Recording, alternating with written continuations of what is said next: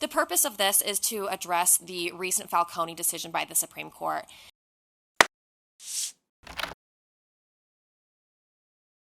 With that, I will open the hearing on our next bill, which is Senate Bill 432. Senate Bill 432 revises provisions relating to privacy. And with that, Senator, your hearing is open. So whenever you're ready, please proceed. Thank you so much, Melanie Schieble, State Senator for District 9. Happy to be here today presenting SB432 to you. This is a Judiciary Committee bill, which, as the chair indicated, affects privacy. SB432 is about family court proceedings, and I did submit maybe the record for latest amendment to a bill. Doubtful. There's still a week. Because it just came out of finance this week, and we voted it on the floor. So you do have an amendment, or maybe you have an amendment in front of you, conceptual, that makes some small changes to a little bit of the wording. But I'm going to give you a kind of a big picture first that is true with and without the amendment, which is to say that the purpose of this is to address the recent Falconi decision by the Supreme Court. In the Falconi decision, the court actually found one of our statutes, NRS 125 it's the one that we're repealing, 080, to be unconstitutional. So we really couldn't go forward without doing anything, because then we would have nothing in statute regarding how we're supposed to, or how a court is supposed to handle requests for privacy and requests for openness in family court proceedings. And when we're talking about family court proceedings, we're generally talking about divorces, child custody, and parentage issues. There can be other types of hearings, of course, in family court, but those are the general issues that we're talking about. And so what SB 432 purports or proposes to do is to introduce a balancing test that says that we will presume that these hearings or these proceedings are open. We understand that, everybody has the right to a public trial in a criminal case. The law on civil cases is less settled. We understand that the rights of free speech in the First Amendment also include the rights of the free press, which requires that they have access to governmental proceedings. And so there is a presumption of openness in all of these proceedings. However, family court proceedings are not criminal proceedings, and family court proceedings do bring up special and different privacy concerns for the parties involved, as well as people who are not parties to the litigation, particularly children. And so what SB 432 says is that any party, so either person who, let's say, for example, in a divorce, either parent, counsel for either parent, or the court itself can make a motion to close part or all of the proceedings to the public. In order to close those proceedings, the court has to make a finding that this serves a compelling interest. And so courts have recently upheld a compelling interest in sparing people from embarrassment, physical and emotional harm. There could be other compelling interests. Privacy interests are certainly among compelling interests. And so I'll just walk through the bill briefly to explain how this kind of works in practice. So Section 2 defines the family law proceeding. Section 3 defines or explains how a court can close a proceeding. Subsection 2 specifies, and I'm looking at the amendment, so I'll also address some of those issues. Subsection 2 says, kind of like I just mentioned, a court can close a proceeding if it serves a compelling interest. They can also close just a portion of the proceeding. That's what the amendment says, is that, if you have a long divorce case, you might have numerous hearings. The court doesn't have to make a blanket decision to close or open all of them. They can say the hearing on October 15th, where we will be discussing child custody, will be closed, and then leave the hearing open on November 15th, where they're discussing the disposition of the mortgage.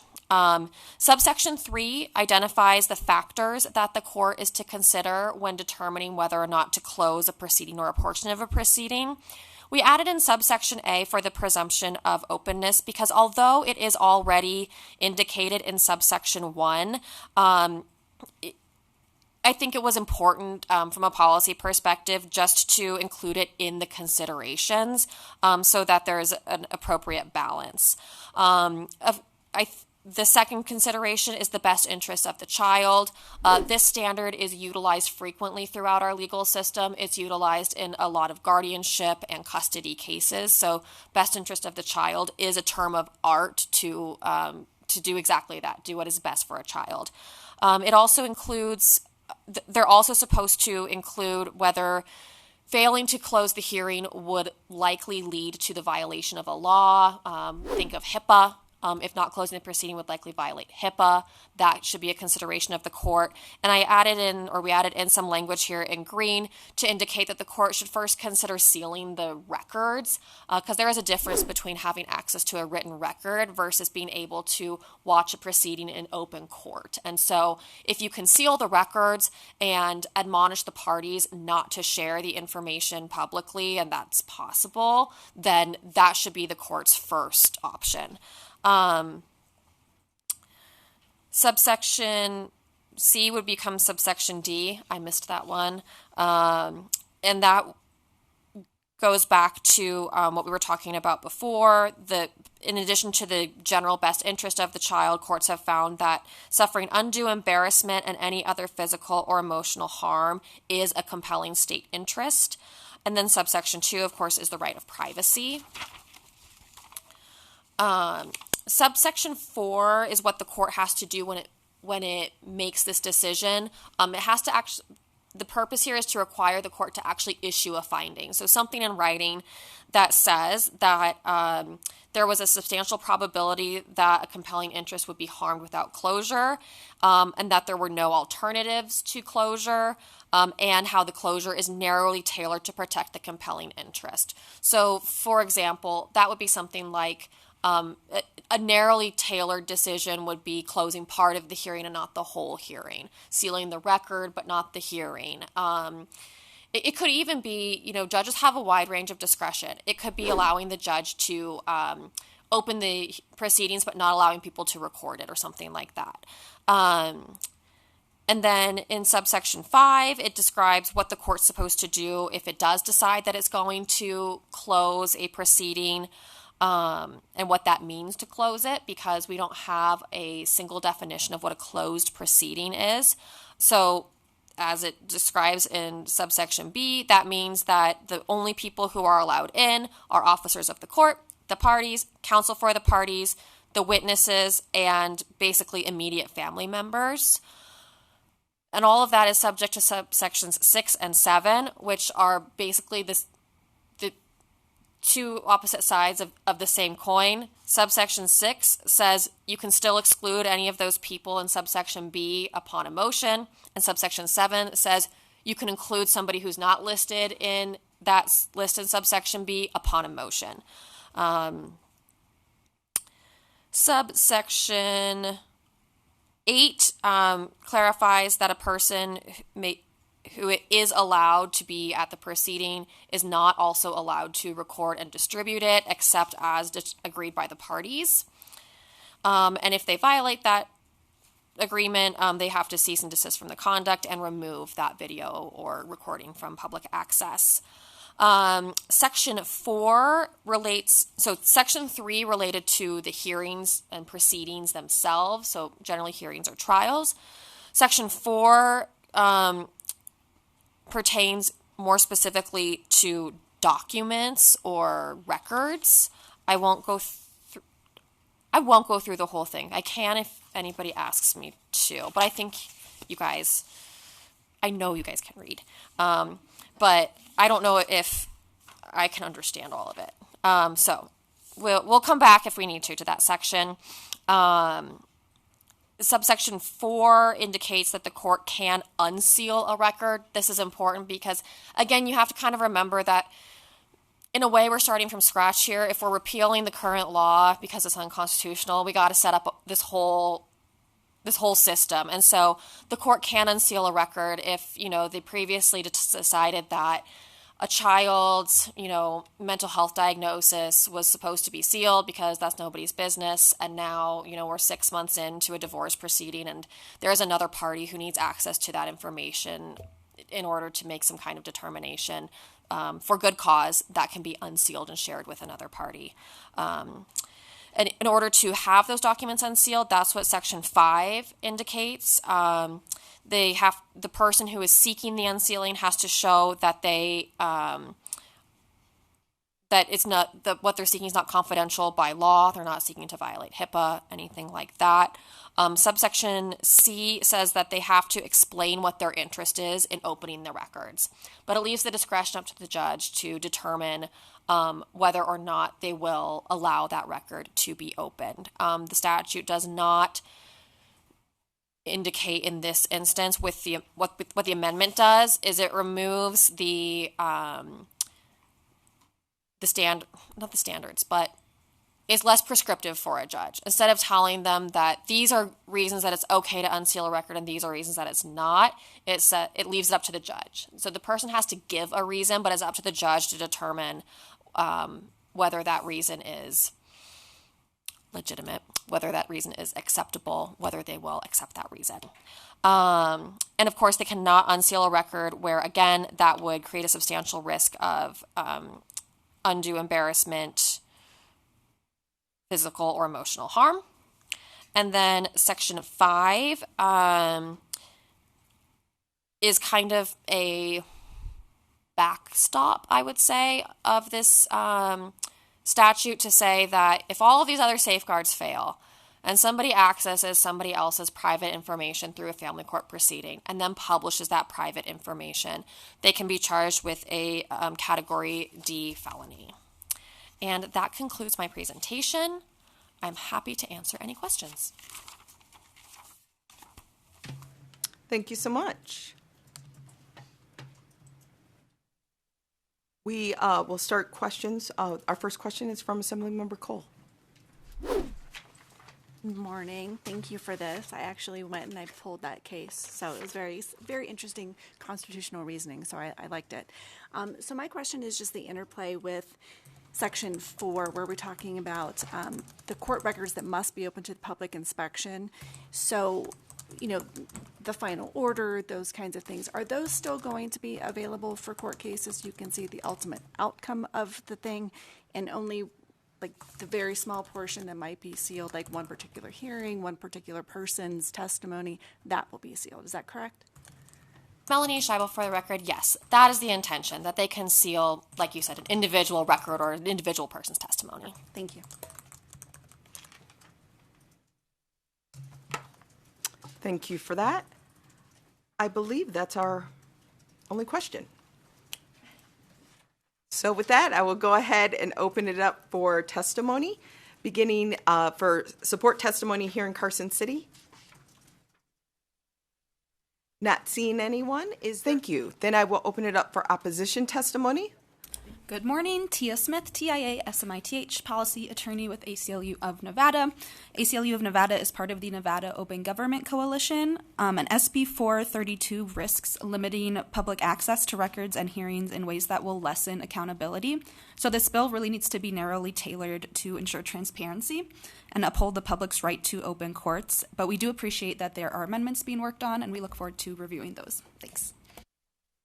Good morning to the chair and committee. My name is Alex Falconi, ALEX FALCONI, and I am testifying in opposition to this bill on behalf of the Nevada Press Association and our Nevada Judges Incorporated. I have filed written opposition and provided public comment before the Senate Judiciary Committee, which I urge this committee to review. Senator Scheible's proposed language is an improvement, but issues remain, especially with sections 4 and 5. The role of the press as guardian of the public interest is to provide accurate reporting to the public. The language of this bill is overly broad. Its scope is not limited to protecting children. Its scope is not limited to sensitive information. Its scope is not limited to family court, specifically in the context of the Category D felony. Usually, the legislature creates the law and the judiciary interprets it. Generally, the Supreme Court sticks to the plain language of the law, and when ambiguous, focuses on this legislature's intentions. Occasionally, this legislature is dissatisfied with an interpretation interpretation and clarifies its intentions by changing the law. This is not what is happening here. In this instance, the Supreme Court was fully aware of this legislature's intentions and disregarded them. Those laws, which were crystal clear, were struck down, nullified, and rejected because they violated the First Amendment of the Constitution of the United States of America. This is because the Constitution is the supreme law of the land. The Founding Fathers authored the First Amendment precisely because the legislature could not be trusted in certain areas of public policy. Two of those areas are freedom of speech and freedom of the press. The Constitution aside, the bill is just plain bad policy. It is policies like these that enabled the Murdoch News Corp Trust to obtain a level of secrecy so egregious that it scarred the reputation of our judiciary worldwide. It is policies like these that were in effect when divorce lawyers abuse their own clients. It is policies like this that enable domestic violence perpetrators to psychologically torture their exes who had no choice but to suffer in silence. It is policies like these that were in effect when a family law attorney took a gun into a deposition and shot opposing counsel dead. I urge the Assembly to follow the Supreme Court's example, honor its oath to the Constitution, and reject this as it is currently written. Thank you so much. Stephanie Phillips, PHILLIPS, Political Affairs Director for Veterans in Politics. I am here today to testify against SB432. This bill, if passed, will restrict freedom of speech, violating the First Amendment. It will restrict the public's right to know what is going on in our family courtrooms and will restrict all litigants from seeking and retaining outside advocates to assist in their contentious cases. I've observed many family court hearings. I've heard countless stories from family court litigants where there is verbal abuse from judges, unfair treatment by the court, violation of constitutional rights, and abuse from opposing parties and their attorneys. Restricting a litigant's right and ability to have outside advocates observe their hearings, such as parents, siblings, or other advocates, puts a severe emotional strain on a litigant who is already under emotional and most oftentimes financial stress. Restricting video recordings of or posting of such videos of courtroom hearings to the public not only will erase all accountability by judges, but it also violates the First Amendment. The only reason in some situations where a judge is censured or held accountable for bad and unfair behavior is because of video recordings disseminated to the public. After all, the taxpaying public is who pays the salaries of family court judges and staff. The public has a right to know what is going on in every courtroom in this state. The harm this bill will do to the citizens of Nevada is reprehensible. Accountability will be thrown out the window. Litigants will be further damaged, abused, and will have their voices silenced without recourse. I urge you to tear up SB 432. Vote no. You owe that to the taxpayers of this great state who also pay your salaries. Thank you. Thank you. Is there anyone else, not seeing anyone else in Las Vegas? Broadcasting, will you open the lines?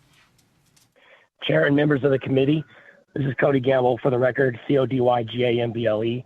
As reported by the Clark County Clerk, Las Vegas generates $3.3 billion annually from marriage-related revenue, issuing nearly 80,000 licenses, most of them to out-of-state couples, and that's just the weddings. Divorces are far more lucrative. This is not a one-day event. It's a machine with filings, motions, mediators, GALs, forensic accountants, and in contested custody cases like mine, tens of thousands of dollars per family. And that money all flows to the courts, private firms, and court services. Nevada saw the potential of this in the Great Depression in 1931, and facing economic collapse of the nation, the legislature legalized gambling and passed SB 115, which added what became NRS 125-110, allowing a party, not a judge, to seal a divorce file. Section 4 made that an emergency measure. The Nevada State Journal on March 20th, 1931, led with gaming, divorce bill signed, kind of like what we're seeing right here with the other bills, and now this one juxtaposed similarly. Privacy became a product. Nevada became the divorce capital of the world, selling secrecy to scandal-shy elites and 6 weeks residency at divorce ranches. But the original law said something very different. The 1864 Statutes of Nevada, Chapter 19, Section 42, read that the sittings of every court of justice shall be public. Section 43 gives judges, and only judges, narrow authority to close a trial. That law passed as Nevada was first tracked into the Union to help Lincoln, a Republican, win re-election and ratify the 13th Amendment abolishing slavery. It was rooted in transparency, courtroom control, not concealment. In 2024, the Falconi decision struck down Clark County's blanket sealing rules. SB432 is an end run around that. It talks like it's 1864, but it walks like it's 1931, but this time it has a PR firm. To the Republicans who value free speech and hate cancel culture, this is the same kind of secrecy that gagged Trump under the guise of safety and by order of the judge. And we all saw who wasn't really safe. To the Democrats who defend the vulnerable, this will... Melanie Schieble, Senate District 9 for the record. Thank you so much for hearing this. Since there was little opposition, I just wanted to come back and see if there were any questions that I could answer or concerns that I could address. No, Senator, we are all set. Okay, thank you so very much. Then I will go ahead and close the hearing on Senate Bill 432. Everyone just hang tight for one moment, please. Alex here. So it looks like Melanie Schieble was able to get that amendment passed along with the bill. It's not completely passed yet. It's probably going to have to go back to the Senate since it was changed. But I did mention in my public comment that her amendments did improve several things. And even though that it's appreciated that those improvements occurred, there's still major issues with it. And I figured I could take this opportunity to go through it. So the first issue is this here, Section 3, Number 1, except as otherwise provided by specific statute or court rule. So the reason this is important is because it makes it seem like this entire law, this bill that they put together, it's going to balance the public interest against privacy. But there is a section in here that makes it a felony to post public information, and that section isn't actually constrained to divorces. So you're going to have situations where there's other statutes and other court rules that won't apply to Section 3, but that will apply to that other section that makes it a felony to post public information. And if you were listening carefully, you'll notice I didn't say to post public information that you got from family court that was sealed, because that's actually not what Section 5 says. It's not limited to family court. It applies to anything. And I'll go down as I go through this, I'll show you guys. But so let's take a look at one of these other statutes. Here's 126.211. This is what's used to make paternity cases and unmarried child custody cases super sealed. So if you look at the bill, you're going to see a balancing test, and it looks reasonable. But this bill doesn't apply to 126.211, which super seals whole swaths of case files. So anyone who's in an unmarried child custody case or paternity case has their entire case sealed automatically.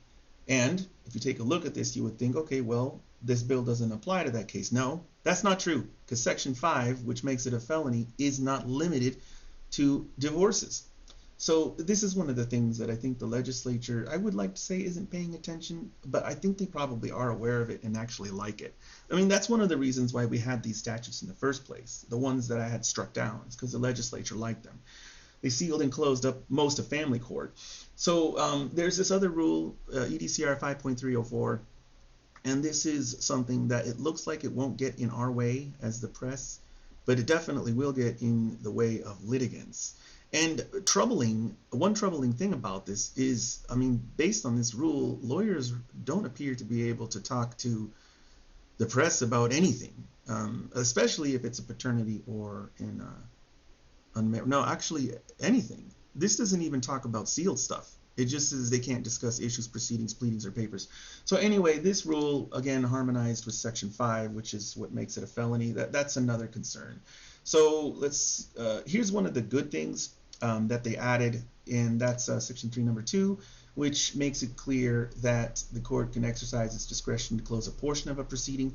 That is very helpful to us, because one of the things that I've noticed is usually the attorneys will say they're concerned about the kids, but they're really not. What they're concerned about is the public influence.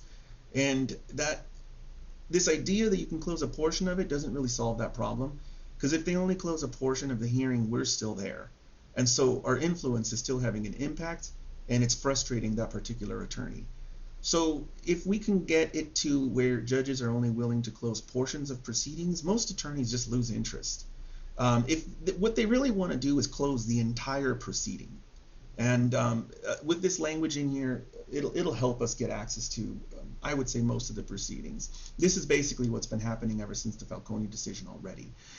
We added this here, or we suggested this, which is for the court to consider the presumption of openness. The reason that that was a concern is because it looked like it was being set up so that the judge would have to go through this list, and if any of these things apply, they would have to work towards closing that out. By adding this language that the presumption of openness has to be considered by the court, it reinforces this idea that there has to be a balancing test, which is critical, because there may be some of these things in this list that come up, but that they're outweighed by the public interest. It would be nice if that language was more verbose, because we did provide a more verbose version of that, but we should be able to tie it into the Falconi decision to sort of force it into the analysis. It's a lot better with it there than without it there. There's another inclusion here, which is cannot be mitigated by sealing court records. This is really good because one of our concerns was that somebody would argue that this personal identifying information would come up and that therefore we can't get access to a hearing. So with this language, we should be able to get it so that they focus more on sealing the record and less on trying to use the records as a justification to close the court. Also, for anyone who isn't aware, personal identifying information includes names. So like a person's name is apparently an issue. We'll get to that in a second. Here we have the identifiable health information and education records. This kind of stuff is frustrating because this stuff comes up in all kinds of civil and criminal cases, especially civil cases. In fact, Justice Alyssa Kadish at the Supreme Court during oral arguments in the Falconi case, she specifically pointed this out, that this health information, medical information, it comes up in these civil cases all the time. If you are watching our channel and you watch Real Water, you'll see it come up all the time. The Zayon Collins civil trial, it comes up. It's hard for me to think of a case where medical information and records doesn't come up. I would say probably half of the ones that we filmed. And it's understandable that people don't want this information to come out, and that's why most of it doesn't come out. It's only when it goes to court that it comes out. And even then, it's typically relevant and not of some extraordinary sensitivity of some sort. So it's not that this information can't be sealed. It's that it shouldn't be routinely sealed. It should be considered against the public interest. It should be considered in the sense of how relevant is it to the analysis of the court. I mean, it's one thing if somebody brings up information that's just irrelevant, or information that's of some very especially embarrassing, maybe something to do with incest or something. But just this run-of-the-mill stuff that comes up in all of these cases, it shouldn't be used as a basis to just close most of the cases. So we'll have to see what the judges do when it comes to this. But we do know that certain lawyers of the family law section are going to pounce on this and even inject this stuff into a hearing just to trigger some kind of exclusion. This language was removed, which is definitely appreciated. The word embarrassment is really frustrating because it's hard for me to think of a situation where somebody isn't embarrassed about their court case, even if it has nothing to do with kids. Like even if it's just a small claims case, somebody might be shame, financial loss, stigmatism, like this stuff.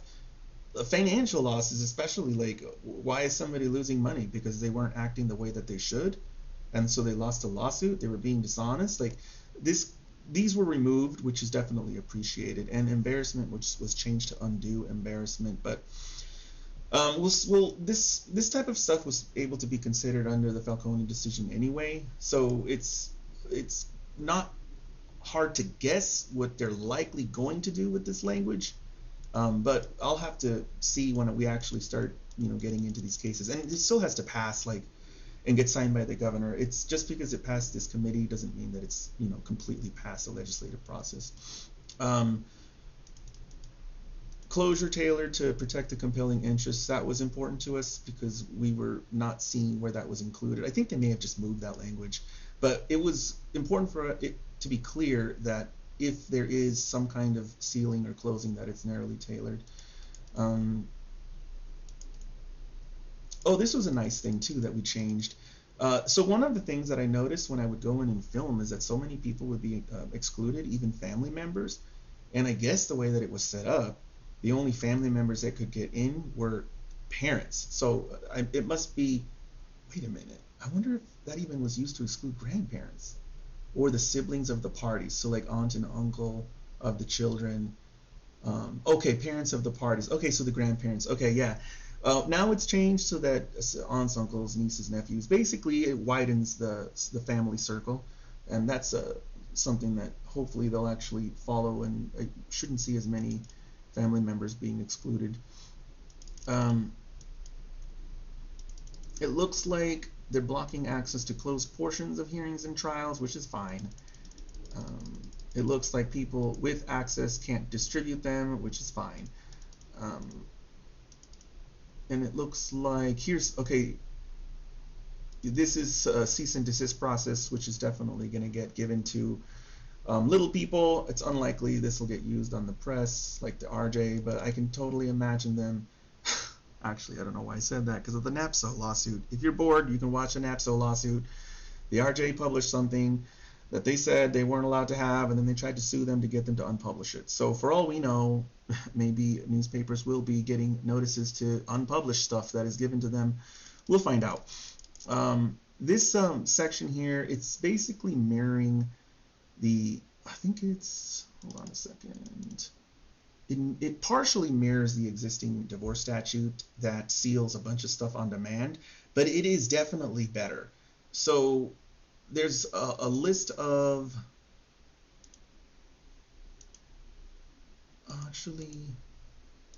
actually no, it looks like it just, okay, it is slightly better. It makes it so that the stuff that's usually sealed can be unsealed, whereas before the law didn't say that. Where is it? Here it is. The court may unseal a record upon the motion of a party for good cause shown. Well, that's annoying because it's going to force the press to become a party. I'm sure that's not an accident. And let's see what else is in here. Okay, so they just mentioned some kind of good cause basis, but we should be able to shoehorn in the constitutional analysis. It's almost as bad as the current statute that's being targeted for nullification, but it's slightly better.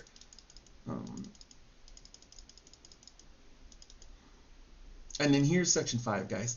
So section 5, as you can see, it's amending chapter 205 of the NRS. But all of this stuff that we've gone through is amending chapter or title 11 of the NRS. So all of this analysis on family court is completely separate from 205, which is making it a crime to intentionally post publicly personal identifying information of another person without the consent of the person, if the information is required to be kept private pursuant to federal or state law or regulation or court rules. So this here goes beyond the language that you've read. So even though paternity and unmarried custody cases are not affected by the other sections, they are affected by section 5. So this makes it seem like you can't post stuff that's, sealed. So you can discuss things that are public but not sealed. But in paternity cases and unmarried custody cases, everything is sealed. The entire case is super sealed. So even talking about the existence of the case violates this. And then, of course, we have this court rule 5.304. So if you violate 5.304, you can be charged. And I hate to break it to everyone, but if you read this, it doesn't say anything about family court. And if you look at chapter 205, that's not a family court section. It's not a family court chapter. So this posting personal identifying information, it doesn't even have to be family court related. And personal identifying information includes somebody's name. So like they make it seem like it's going to be mental health records, which would be included, but they don't mention that the scope is so broad that even somebody's name is a personal identifying information, that it doesn't even have to be related to family court. And you could also have situations where people get information from family court without actually even going into the family court. So just discussing somebody's case and having no idea that there's a family court order that doesn't allow discussion, next thing you know, you violated this chapter. We've mentioned so many times this stuff is unconstitutional, but we're not really going to deal with that right now because this is not before a court. This is before the legislature. So we're just addressing it in sort of a policy context. But yeah, 205, it's going to connect to all kinds of other statutes and rules and cause bigger problems than the legislature is anticipating, unless they're aware of it and they actually like it.